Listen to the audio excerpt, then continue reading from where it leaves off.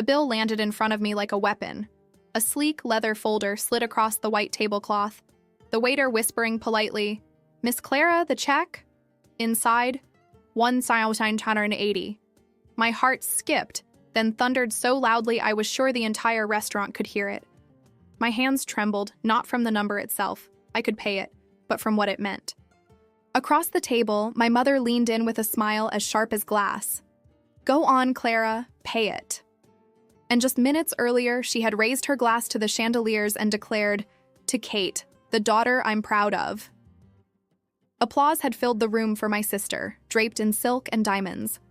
Cameras flashed, relatives clinked forks and beamed with approval. Kate basked in the glow, the golden child as always. Meanwhile, I sat frozen, invisible, humiliated, expected once again to pay for the show.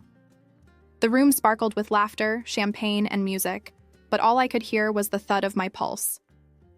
This wasn't about money, it never was. It was about my role in the family, reliable, silent, the one who carried the weight while being erased in public. The applause had been for Kate, but the check was for me. That was the story of my life. And in that single moment, under the glare of chandeliers and judgmental eyes, something inside me broke. The silence I had carried for years, the swallowing, the nodding, the endless paying, snapped. I wasn't going to play my assigned role anymore. I lifted my eyes, steady, and said the words that made forks freeze midair and smiles falter across the table. "If Kate is your pride, then let your pride pay tonight." The room went silent. My mother's face tightened. My sister's practiced smile cracked. That night was supposed to be Kate's perfect celebration. Instead, it became the night I finally stopped paying for my own erasure. And before we dive deeper into how years of favoritism built up to this explosion, let me ask you something. Have you ever felt invisible in your own family? Comment below, hit the like button if this resonates, and subscribe so you don't miss how this story unfolds, because trust me, it only gets more explosive from here. The restaurant silence that night didn't come out of nowhere. It was decades in the making. To understand why that bill broke me, you need to know what it was like growing up in my family. From the moment we could walk, my sister Kate sparkled. Blonde curls, bright smile, the kind of kid relatives couldn't stop praising. "She's going to be a heartbreaker one day," they'd gush, pinching her cheeks. And then, almost as an afterthought, they'd glance at me and say, "Clara's the smart one." It sounded like a compliment, but it wasn't. It was a consolation prize. A polite way of saying, "She's not the pretty one. She's not the star." The divide showed up everywhere. When Kate wanted ballet lessons at 6, my parents signed her up at the most expensive studio in town without hesitation. When I begged to go to science camp that same summer, my mother sighed and said, "Too costly, Clara. You can go to the free program at the library." Kate's first recital dress cost more than my entire back-to-school wardrobe. I wore hand-me-downs, patching hems myself with clumsy stitches. She floated on stages. I worked bagging groceries to afford a calculator for math class. And when I achieved something, straight A's, scholarships, volunteering on weekends, my parents nodded politely. Nothing compared to Kate stepping on stage and twirling in satin slippers. It wasn't just about money, it was about attention. Kate's busy rehearsal schedule was treated like ambition. My part-time job to help with bills was treated like obligation. She was praised for shining. I was told to be responsible. College only sharpened the contrast. Kate's tuition, her apartment, her allowance, covered without question. I lived with 3 roommates in a cramped apartment, working nights in a care facility just to afford ramen dinners. When I graduated nursing school after 80-hour weeks, my parents didn't even come. They were too busy driving Kate to a photo shoot for a brand collab. And the cherry on top? That night, my mom posted on Facebook, "So proud of Kate chasing her dreams." So when that 1,980 bill landed in front of me, it wasn't just a dinner check. It was every summer of being overlooked, every birthday I spent working, every achievement dismissed as ordinary while Kate was celebrated just for existing. That check was years of subtraction, years of me paying, financially, emotionally, invisibly, so my sister could shine. And for the first time in my life, I decided I wasn't going to pay anymore. Adulthood was supposed to free me from the shadow. I thought once I moved out, paid my own bills, built my own life, the scales would finally balance. But favoritism has a long reach. Kate's crises became the family's emergencies. When her rent was due, my parents wired money instantly. When her car broke down, Dad co-signed the loan. When a brand deal collapsed, Mom called me. Her voice was honeyed, almost pleading. "Clara, can't you help your sister this once?" But this once had become dozens of times. I still remember one dinner vividly. Kate arrived late, draped in designer clothes she hadn't paid for. Mom lit up like the sun, fussing over her hair, her nails, her stressful influencer life. Then Kate leaned back in her chair and said with a sigh, "My credit card got declined again. Mom, Dad." Before she could finish, Mom turned to me. "Clara, maybe you can cover it for her. You're so responsible with money." I stared at my plate, the fork trembling in my hand. Michael, my boyfriend then, now my fiancé, squeezed my knee under the table. He whispered, "They don't see you, Clara. They see an ATM." His words cut deep because they were true. The silence around me wasn't peaceful. It was heavy. A silence where no one defended me. A silence where love came with an invoice. Each time I swallowed my anger, it stacked like stones inside my chest. Each "Clara, you're the strong one" felt less like praise and more like a demand. I began setting boundaries, shaky no's that left me branded selfish. Relatives raised eyebrows. Kate pouted. Mom sighed dramatically. We can't all be as cold as Clara. But here's the truth. It wasn't coldness. It was survival. Still, guilt clawed at me. Every refusal echoed as betrayal in their eyes. Every dinner became a test. Would I pay? Would I prove my loyalty again? And each time the unspoken answer was clear. If Kate was the princess, then I was the treasurer. My worth wasn't measured in love, it was measured in receipts. The restaurant glowed like a stage set for someone else's life. Chandeliers spilled golden light across white linen tables. Waiters drifted with champagne flutes, laughter ricocheted against marble walls, and cameras flashed endlessly on Kate. She was radiant, draped in silk, sequins catching every wandering phone camera. It was her night, her birthday, her crown. I sat quietly, my hands folded in my lap, the smile on my face tight enough to ache. Michael leaned close and whispered, "They don't see you. Not at all." And then it happened. Mom tapped her glass, and the room hushed like a theater awaiting its cue. She rose slowly, smile gleaming, eyes brimming with pride. "To Kate," she declared, her voice warm and thick with emotion. "The daughter I'm most proud of. The one who shines." Applause erupted. Forks clinked. A few relatives even dabbed tears. Cameras flashed again, this time on the golden child. I clapped too, careful and small, heat rushing to my face. Inside, my stomach twisted. The words cut sharper than any insult. Most proud of. Not one of, not both my daughters. Just Kate. Dessert arrived soon after. Towering slices crowned with sugar roses, sweetness meant to seal the evening. But alongside mine, a waiter appeared with something else. A black leather folder. He set it before me gently, almost apologetically. "Miss Clara," he said softly. The world slowed as I opened it. Numbers leapt at me like an ambush, 1,980. Service charge already calculated, gratuity neatly suggested at 22%. My heart stuttered. My pulse hammered in my throat. The folder felt heavier than stone. Mom leaned closer, her perfume sharp, her voice a dagger wrapped in silk. "Go on, Clara. Pay it. It's the least you can do for your sister's special day." A ripple of awkward laughter circled the table, then died as quickly as it came. Kate sipped her champagne, eyes glittering, lips tilted in a rehearsed smile. Dad cleared his throat and looked away. An aunt muttered, "That's not right," but her gaze dropped instantly to her plate. Heat surged up my neck. The bill wasn't just paper, it was proof. Proof of years of subtraction from me alone. Proof that my place in this family came itemized, taxed, and handed to me in public. The silence pressed down, suffocating. My hands trembled, but then something shifted. For the first time in years, I didn't swallow it. I stood, palms steady, voice calm, but cutting enough to slice through the golden glow. "If Kate is your pride," I said, holding up the bill for all to see, "then let your pride pay for tonight." The room froze. Napkins halted midair. The birthday crown slipped invisible from Kate's head. The silence after my words was deafening.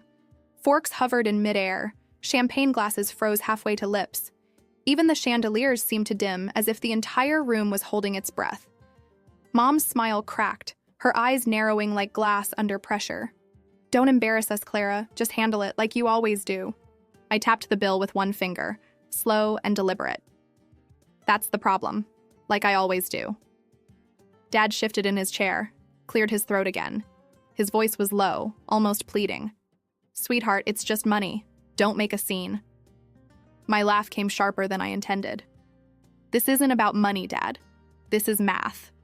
Years of subtraction, dresses for Kate, allowances for Kate, rescues for Kate. And what did I get? Hand-me-downs, second-hand respect, and now, this?" I lifted the folder higher so everyone could see the total. Almost $2,000 for my own humiliation. A cousin gasped softly. Someone at the far end whispered, "She's right." Kate finally spoke, her voice trembling but coated in practiced sweetness. "Clara, why are you being cruel? This is my night. Can't you just be gracious for once?" I turned to her, pulse steady now. "Gracious? Gracious is paying for your dresses while I bagged groceries to buy textbooks. Gracious is covering emergencies that were really just your poor planning. Gracious is staying silent while Mom toasts you as the only daughter she's proud of. But tonight? No, Kate. Tonight, gracious means honesty." The waiter lingered at the edge of the table, eyes flicking nervously between us. "Would you like me to split the bill?" he asked cautiously. Mom snapped before I could reply. "No, she'll pay. She always pays." I met the waiter's gaze, calm and unwavering. "No. Charge me only for what I ordered. A seltzer, water, and dessert. The rest belongs to the people who consumed it." A ripple of shock moved through the table. A few aunts and uncles murmured approval under their breath. Kate's sequined smile faltered, her glass trembling slightly in her hand. Mom hissed, her voice sharp as broken glass. "Ungrateful girl. After everything we've done for you?" I leaned forward, my voice low but steady enough to slice the air. "You didn't raise a daughter, Mom. You raised an ATM, and tonight, the machine is out of service."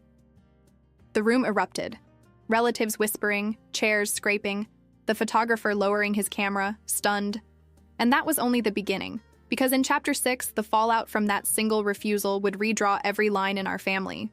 The night air outside the restaurant felt like freedom. Cold, sharp, almost cleansing. For the first time in years, my wallet stayed shut, and my dignity stayed intact. But inside, the war had only just begun. By the time I reached my apartment, my phone was vibrating like a live wire. 15 missed calls. A group chat buzzing nonstop. A voicemail from Dad, his voice low, rehearsed. "Clara, sweetheart, maybe you overreacted. Let's talk about this calmly tomorrow." Then Kate's text. "Thanks for ruining my birthday. I hope you're happy. Everyone was humiliated." Followed by another 2 minutes later. "But I know you didn't mean it. We can just forget tonight happened." I laughed bitterly. Forgetting was always their solution. Forget the unpaid debts, the uneven sacrifices, the years of favoritism. But I wasn't forgetting anymore. At midnight, the call came. Mom. Her voice was syrupy sweet, that same tone she used on waiters and neighbors when she wanted to look like the perfect matriarch. "Clara, darling, about earlier, you made quite a scene. People are talking." I said nothing, letting her fill the silence. "You know how families are. We tease, we joke. Don't twist it into something cruel. I raised you better than to embarrass us in public." Finally, I spoke. "Embarrass you? You raised a daughter to pay for silence. Tonight, I stopped being silent." Her sweetness cracked, turning sharp. "Listen to me, Clara. You think refusing one bill makes you strong? People will remember you storming out, not your little speech. You made yourself look unstable, bitter. Do you want that reputation? There it was, the manipulation, the gaslighting, the desperate attempt to rewrite the story before it spread through the family tree. I breathed deeply, steady. No, Mom. People will remember the truth. That you called Kate the only daughter you're proud of and then shoved the bill at me. That's what they'll remember. She exhaled, heavy with anger. You're twisting things. This will blow over if you just apologize tomorrow. We can present a united front. I almost smiled. You want me to fix the narrative you broke. Not this time. The silence on the line was deafening. For the first time, my mother had no script ready. The next morning, sunlight streamed through my blinds, but the glow felt artificial against the storm on my phone. Notifications exploded, dozens of unread messages. The family group chat, usually reserved for birthday reminders and photos of Kate's dog, had turned into a war zone. Aunt Linda was first. Clara, you could have handled that differently. Airing dirty laundry in front of strangers was unnecessary. Then Uncle James. Linda, don't start. She's right. I saw the look on Clara's face when the bill was shoved at her. It wasn't a joke. It was cruel. Kate jumped in fast. It was my birthday. She made it all about herself. Who ruins their sister's special night like that? My cousin Melissa replied before I could. Maybe the person who's been footing half the family's bills without thanks? You've been blind, Kate. The chat blew up. Lines of defense and attack, loyalty and betrayal typed out in glowing pixels. Relatives I hadn't spoken to in years were suddenly weighing in. One cousin sent a private message. Clara, I've always noticed how they treat you. I'm glad you finally said something. It needed to be heard. Another whispered in a different chat. You embarrassed your mother. She'll never forgive this. Was it worth it? And then, as if she were orchestrating from above, Mom herself entered the group. Family is sacred. Clara chose to disgrace us all last night. I will not tolerate this kind of disrespect again. The reaction split instantly. Half the group echoed her outrage, clinging to the myth of family unity. The other half hesitated, some sending timid thumbs-up emojis to my side, others typing brave words they quickly deleted before hitting send. Watching the thread unfold, I realized something. I had never truly been invisible. They all saw. They just stayed quiet because silence was easier. But now, silence was cracking. I typed only one line in the group chat, fingers steady despite the shaking adrenaline. Respect is not optional. From now on, it's the price of admission. I hit send and closed the app, because the real war wasn't happening on screens. It was happening in whispered phone calls, hushed alliances, and the crumbling image of the perfect family my mother had spent decades building. That evening, my phone lit up again, not with cousins or aunts this time, but with a direct call from Dad. His voice was low, the kind of tone he used when he wanted to play peacemaker. Clara, he began, you know your mother. She just gets emotional. Maybe you could call her, smooth things over. You embarrassed her in front of everyone. Family doesn't recover from that easily. I clenched the phone tighter. There it was. Not an acknowledgement of years of favoritism, not a shred of accountability, just a plea to restore Mom's image. Before I could answer, another beep. Call waiting. Aunt Linda. I didn't switch over, but a voicemail came seconds later. Her voice dripped with urgency. Clara, you need to think about what you're doing. Your mother's reputation is on the line. Do you want her remembered as the woman whose daughter humiliated her? And then Kate, firing off text after text. You ruined my birthday. Mom hasn't stopped crying. You always have to make everything about you. Each message felt less like words and more like ammunition. They weren't reaching out to understand. They were rallying troops, framing me as the villain, turning the family battlefield into a narrative war. The final blow came with a group voice note from Mom herself. Her voice wavered at first, soft and practiced like a victim's plea. Clara, you hurt me deeply last night. You shamed me in front of my sisters, in front of your father, in front of everyone. After everything I've done for you, raising you, supporting you, you repay me with betrayal. I don't know if I can forgive you. The silence after her words was suffocating. She wasn't speaking to me. She was performing for the whole family chat. She was trying to control the narrative, paint herself as the wounded matriarch, and me as the ungrateful rebel. But what she didn't realize was this. The performance was cracking. Relatives who had always whispered privately were now stepping out of the shadows. One cousin replied, "Aunt Rebecca, with respect, you humiliated Clara first. We all saw it." The chat went dead silent. By the next morning, my phone buzzed with so many messages it looked like fireworks exploding across the screen. Some relatives scolded me for disrespecting tradition. Others sent cautious, "Are you okay?" notes.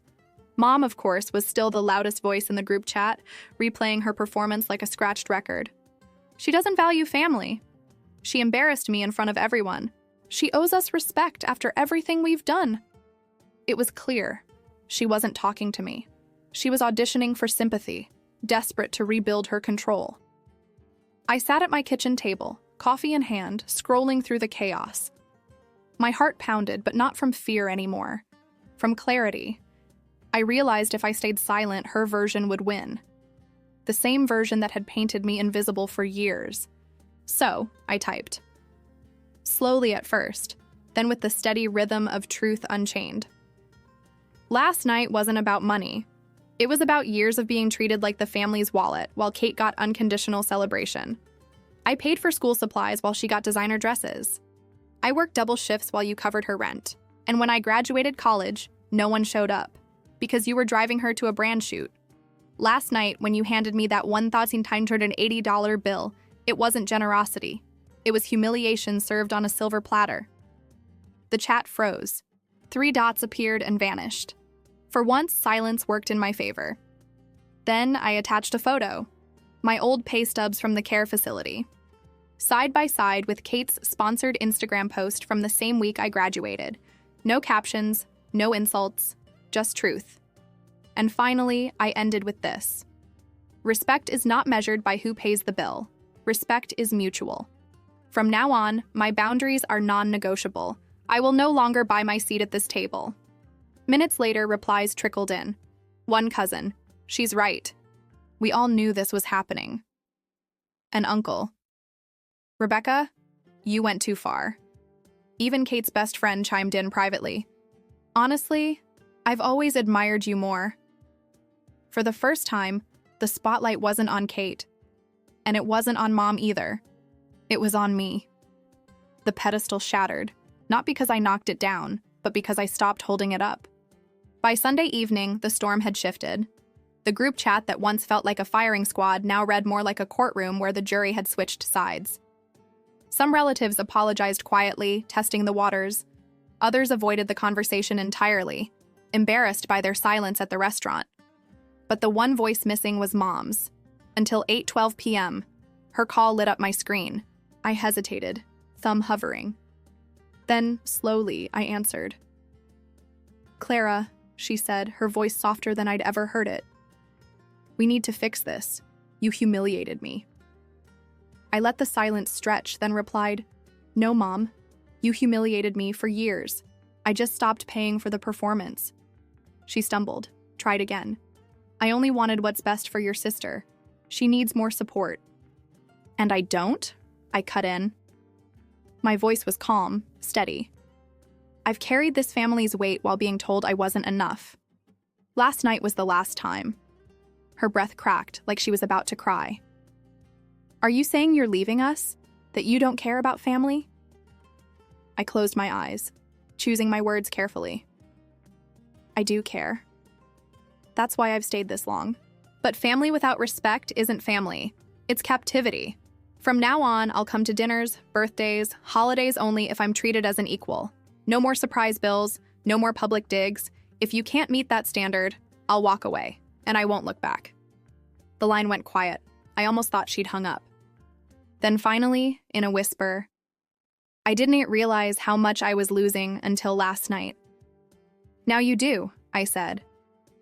And then, for the first time in years, I hung up first. That night, as I sat by my window overlooking the city lights, a calm settled in.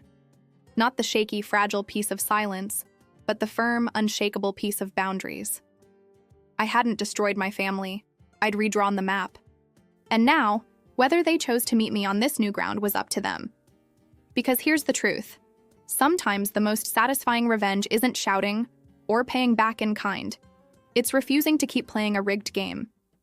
It is walking away with your dignity intact and letting them finally face the silence you carried for years.